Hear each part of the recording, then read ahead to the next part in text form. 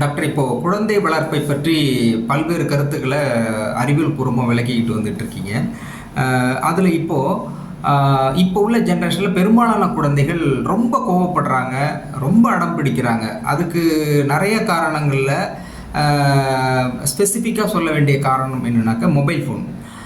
இப்போ mobile phone ஒரு குழந்தைகிட்ட கொடுத்துட்டாக்க அந்த குழந்தையால் எந்த ஒரு பிரச்சனையும் இல்லை, எந்த ஒரு தொந்தரவும் இல்லை, எந்த பேச்சும் இல்லை, எந்த கம்யூனிகேஷனும் இல்லை. அது தனி உலகமாக அது வாழ ஆரம்பிச்சிருது. அதனால் என்ன பண்ணுறாங்க, பேரண்ட்ஸ் அவங்க வேலையை பார்க்குறதுக்கு ரொம்ப சுலபமாக இருக்குது, ஈஸியாக இருக்குது அப்படின்ட்டு ஏதாவது ஒரு பிரச்சனைனா அழுதுன்னா கொடுத்துக்க ஆரம்பிச்சிடுறாங்க, மொபைல் ஃபோன் கொடுத்துட்றாங்க. ஒரு காலகட்டத்தில் என்ன ஆகிடுதுன்னா, அது எது வேணும்னாலும் உடனே அடம் பிடிச்சி கத்தி கதறி அழுது, அந்த மொபைல் ஃபோன் இல்லைன்னா சாப்பிட்றது இல்லை, தூங்குறதே மொபைல் ஃபோன் பார்த்துக்கிட்டே இருந்தால் தூங்க முடியுது. அப்படிங்கிற மாதிரி மொபைல் ஃபோன் ரெண்டாவது சுவாசம் அப்படிங்கிற அளவுக்கு குழந்தைகளோட ரொம்ப நெருக்கமாக மாறிடுச்சு. இந்த போக்கு அப்படிங்கிறது சரியானதா? இதிலிருந்து மீட்டு கொண்டு வருவது எப்படி அப்படிங்கிறத பற்றி சொல்லுங்கள் டாக்டர். இந்த போக்கு இப்போ உலகம் முழுவதுமே இருக்கு. உலகம் முழுவதுமே மொபைல் ஃபோனுக்கு அடிமையானவர்கள் எண்ணிக்கை நாளுக்கு நாள் அதிகமாகிட்டு இருக்கு. அந்த மொபைல் ஃபோனை அடிக்ட் ஆகிடுறதுனால அவங்களுடைய வாழ்க்கையில பாதிப்புன்றது அதிகமாகிட்டே இருக்கு. இது நம்ம நிறைய ரிசர்ச் ரிப்போர்ட் வந்துட்டு தான் இருக்குது. நிறைய research report day to day லைஃப்பில் தினமும் பார்த்துட்டு இருக்கோம். நிறைய மீடியாஸில், நியூஸ் பேப்பர்ஸில் எல்லாமே வந்துட்டு இருக்கு. த்ரூ அவுட் வேர்ல்டு இது பெரிய ஒரு மேஜர் இஷ்யூவாக போயிட்டுருக்கு. இது பல வகையில் வாழ்க்கையை எல்லாருக்கும் பாதிச்சு தான் இருக்குது.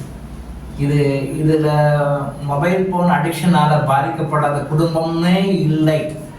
இப்போ எப்படி டயபெட்டிஸ் பேஷண்ட் இல்லாத குடும்பமே இல்லைன்னு இப்போ நிலைமை உருவாகிட்டு இருக்கோ த்ரூ அவுட் வேர்ல்டு, அதே மாதிரி மொபைல் ஃபோன் அடிக்ஷனுக்கு பாதிக்காத குடும்பமே இல்லை அப்படின்ற மாதிரி உலகம் முழுசும் போயிட்டுருக்கு. உலகம் முழுசும் போயிட்டுருக்கு. எல்லா நாடுகளையும், வளர்ந்த நாடுகள், வளராத நாடுகள், வளர்ந்து கொண்டிருக்கும் நாடுகள், developed countries, under developed countries, developing countries சொல்கிறோம் இல்லையா, எல்லா நாடுகள்லையும் இந்த பிரச்சனை இருந்துதான். இதனுடைய பாதிப்புகள் இருந்துதான் இருக்கு. இதனுடைய பாதிப்புகளால் என்னென்ன வகையில் மனிதனுடைய வாழ்க்கையின் நிம்மதி, அமைதி, சந்தோஷம் எல்லாம் போயிட்டுருக்கு, போயிட்டுருக்கு. எப்படி மனிதன் மெஷினாக வாழ்ந்துட்டு சஃபர் ஆகிட்டு இருக்காங்க நம்ம பார்க்குறோம். நம்ம லைஃப்பில் டே டு டே லைஃப்பில் பார்த்துட்டு தான் இருக்கோம், தொடர்ந்து பார்த்துட்டு தான் இருக்கோம்.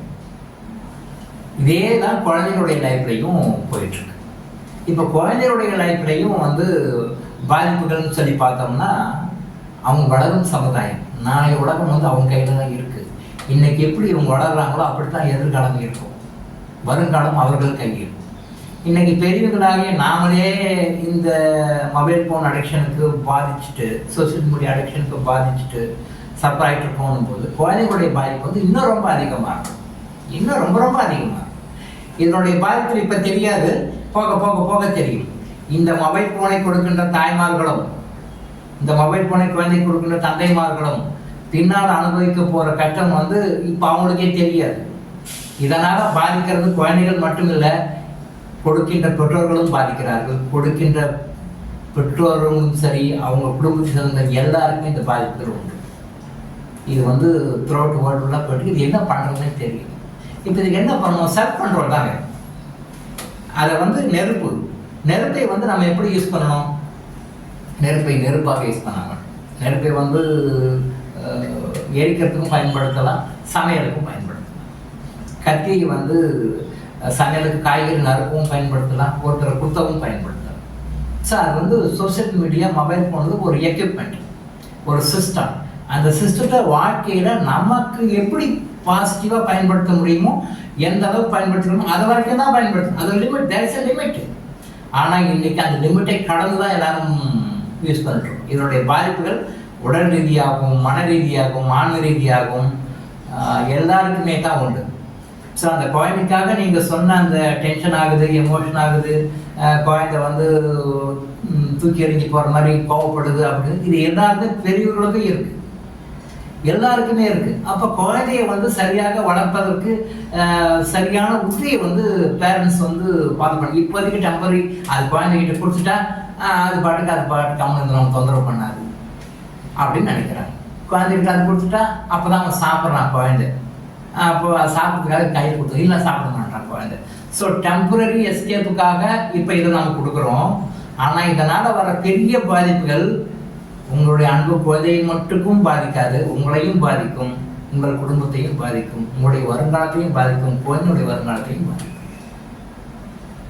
இங்கே தேவைப்படுறது வந்து கண்ட்ரோல் தான், செல்ஃப் கண்ட்ரோல் தான்.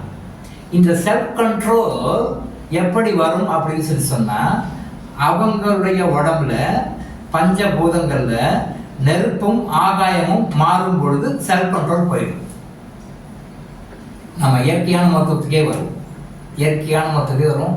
அதை வந்து அலோபதிக்கில் வந்து மெடிசன் கொடுத்து சப்ரஸ் பண்ணுற மாதிரி நம்ம மெடிசன் கொடுக்க வேண்டாம். சப்ரஸ் பண்ணுறதுக்கு எவ்வளோ நாள், ஒரு ஸ்ப்ரிங் இருக்குது, ஸ்ப்ரிங்கை வந்து இங்கே சப்ரஸ் பண்ணி எவ்வளோ நாளைக்கு வச்சுருக்கீங்க, ஒரு குறிப்பிட்ட சரி கை எடுத்துக்கிங்கன்னா ஸ்ப்ரிங் நேரத்துக்கு கிடைக்கும். அதே தான் சப்ரஸிங் மெடிசன் கொடுக்க வேண்டாம். நேச்சுரலாக இந்த எமோஷன் எப்போ வந்து கண்ட்ரோலே பண்ண முடியாமல் அன்பேரபிளாக போகும், நெருப்பும் ஆகாயமும், நெருப்பு போதலும் ஆகாய போதலும், இந்த 2 எலிமெண்ட் வந்து பாடியில் குறையும் பொழுது செல்ஃப் கண்ட்ரோல் வராது, கண்ட்ரோலே மீறி போகும். இப்போ நாம் என்ன பண்ணோம், அதுக்குண்டான சில மொழிகள் இறைவன் கொடுத்துருக்கிறார். இந்த நெருப்பு போதத்தையும் ஆகாய போதத்தையும் கண்ட்ரோல் பண்ணக்கூடிய சில மூலிகைகள் நம்மகிட்ட இருக்கு. அந்த மூலிகைகளை தொடர்ந்து அவங்க சாப்பிட்டு வந்தாங்கன்னா பேரண்ட்ஸுக்கும் சரி குழந்தைகளுக்கும் சரி ஆட்டோமேட்டிக்காக அந்த செல்ஃப் கண்ட்ரோல் வந்துடும். நீங்கள் மொபைலை கொடுக்கலன்னா கூட அது சாப்பிடும், நீங்கள் மொபைலை கொடுக்கலன்னா கூட அது அதோட ரொட்டீனாக விளையாடும். ஸோ நீங்கள் மொபைலை கொடுத்தா தான் என்ன பாயிண்டோட ஆக்டிவிட்டிஸ் வந்து உங்களுக்கு பாசிபிளாக இருக்கும், ஃபேவரபுளாக இருக்கும்னு நினைக்கிறீங்களோ அதை மொபைலை கொடுக்காமையே கொண்டு வரலாம். பட் இது சாதாரண விஷயம் இல்லை. எல்லாரும் சொல்லுவாங்க நீங்கள் சைக்காலஜிக்கலாக இப்படி இருங்க அப்படி இருங்க கண்ட்ரோலாக இருங்க. எல்லாரும் கண்ட்ரோலாக இருங்கன்னு சொல்லலாம், ரைட்டு, கண்ட்ரோலாக இருக்க முடியாது இல்லை. எல்லாருமே நினைக்கிறாங்க நம்ம இப்படி இருக்கணும் இப்படி இருக்கணும்னு நினைக்கிறாங்க, ஆனால் இருக்க முடியலையே. அப்போ அந்த நெருப்பு போதத்தையும் ஆகாய போதத்தையும் சரி பண்ணக்கூடிய மூலிகைகள் நிறைய இருக்கு.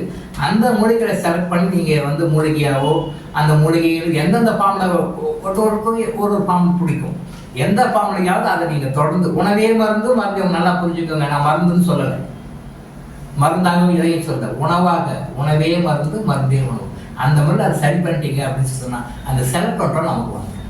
செல்ஃப் கண்ட்ரோல் நமக்கு வந்துடும். செல்ஃப் கண்ட்ரோல் நமக்கு வந்துட்டா நம்மளும் சோசியல் மீடியாவுக்கு அடிமையாக மாட்டோம், மொபைல் ஃபோன் அடிக்ஷனுக்கு அடிமையாக மாட்டோம், குழந்தைகளையும் அடிமையாக்க மாட்டோம். அவங்களும் நல்லா ஹெல்த்தியாக ஆரோக்கியமாக இருப்பாங்க, நாமளும் ஹெல்த்தியாக ஆரோக்கியமாக இருப்போம். இந்த மொபைல் ஃபோன் வர்றதுக்கு முன்னாடி எப்படி ஒரு அமைதி, ஒரு சந்தோஷம், ஒரு நிம்மதி இருந்ததோ குடும்பங்களில், அதே அமைதி நிம்மதி சந்தோஷம் கண்டிப்பாக வரும், வர வைக்க முடியும்.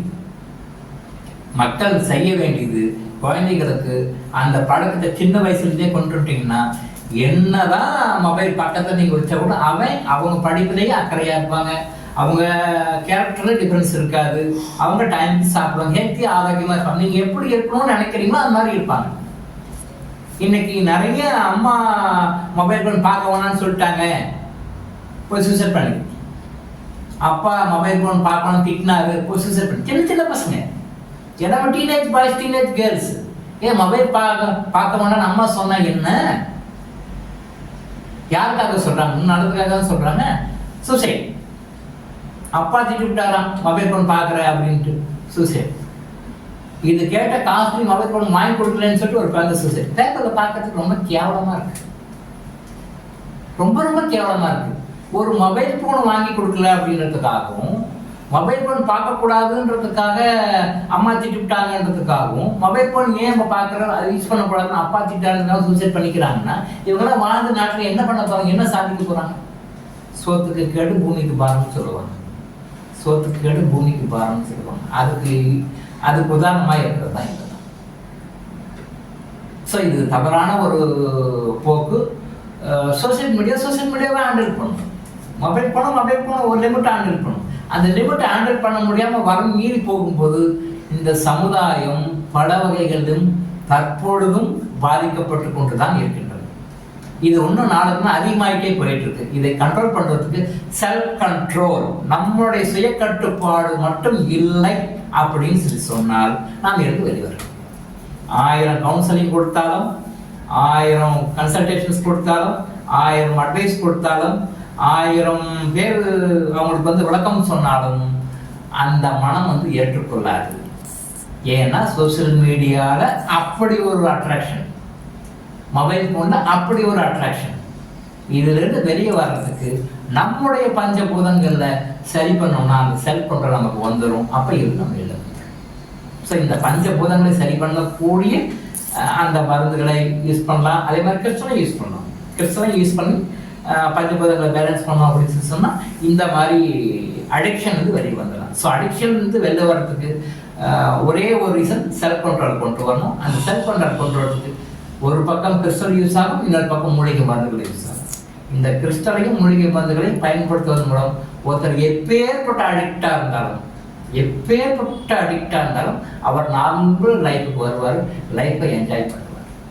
ஸோ இந்த இயற்கையான கிறிஸ்டலையும் இயற்கையான மூலிகை மருந்துகளையும் பயன்படுத்தி இந்த mobile phone addiction, social media addiction வந்து வெளியே வரலாம், வெளியே வர முடியும், வெளியே வந்து சந்தோஷமாக வாழ முடியும். இந்த டெக்னிக்கை ஃபாலோ பண்ணும். டாக்டர் இளங்கோ ஆயுஷ் ஹாஸ்பிட்டல் விழிப்புணர்வு இது. தொடர்ந்து இது மாதிரி பல அவேர்னஸ் வீடியோக்களை பார்க்க நம்ம சேனலை சப்ஸ்கிரைப் பண்ணிவிட்டு பெல் பட்டனை ப்ரெஸ் பண்ணுங்கள்.